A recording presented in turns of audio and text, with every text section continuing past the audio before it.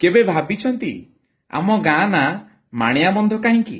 ଆଜକୁ ପ୍ରାୟ 500 ବର୍ଷ ତଳେ ରାଜା ପ୍ରତାପରୁଦ୍ର ଦେବଙ୍କ ସମୟରେ ଯାଜପୁରରୁ ଅନେକ ବୌଦ୍ଧ ଧର୍ମାବଲମ୍ବୀ ନିଜର ଜୀବନ ରକ୍ଷା ପାଇଁ ବଡମ୍ବା ପଳେଇ ଆସିଲେ। ସେମାନେ ଆସି ଆମ ଧୋବଣୀନାଳ ଅଞ୍ଚଳରେ ରହିଲେ।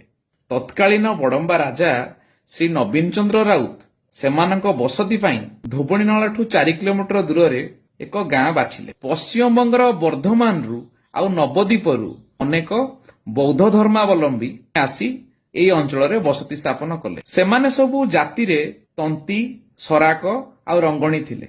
ଲୁଗା ବୁଣିବା ଥିଲା ସେମାନଙ୍କର ମୁଖ୍ୟ ବ୍ୟବସାୟ।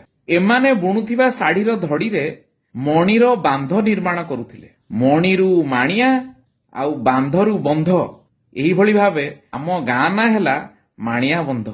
ଆମ ଗାଁର ପ୍ରତିଷ୍ଠାତା ହେଲେ ବଡମ୍ବାର ଅଷ୍ଟମ ରାଜା ଶ୍ରୀ ନବୀନ ଚନ୍ଦ୍ର ରାଉତ। ବଡମ୍ବା ବ୍ଲକର 138ଟି ଗାଁ ମଧ୍ୟରୁ ରତାପାଟ ଏବଂ ଗୋପୀନାଥପୁରକୁ ଛାଡିଦେଲେ ଜନସଂଖ୍ୟା ଦୃଷ୍ଟିରୁ ଆମ ଗାଁ ମାଣିଆବନ୍ଧ ହେଉଛି ତୃତୀୟ ବୃହତ୍ତମ ଗାଁ। ଆମ ଗାଁର ପ୍ରତିଷ୍ଠାତା ଥିଲେ ବଡମ୍ବା ରାଜା ଶ୍ରୀ ନବୀନ ଚନ୍ଦ୍ର ରାଉତ। ଆମ ଗାଁ 1537ରୁ 1560 ମସିହା ମଧ୍ୟରେ ପ୍ରତିଷ୍ଠା ହୋଇଥିଲା।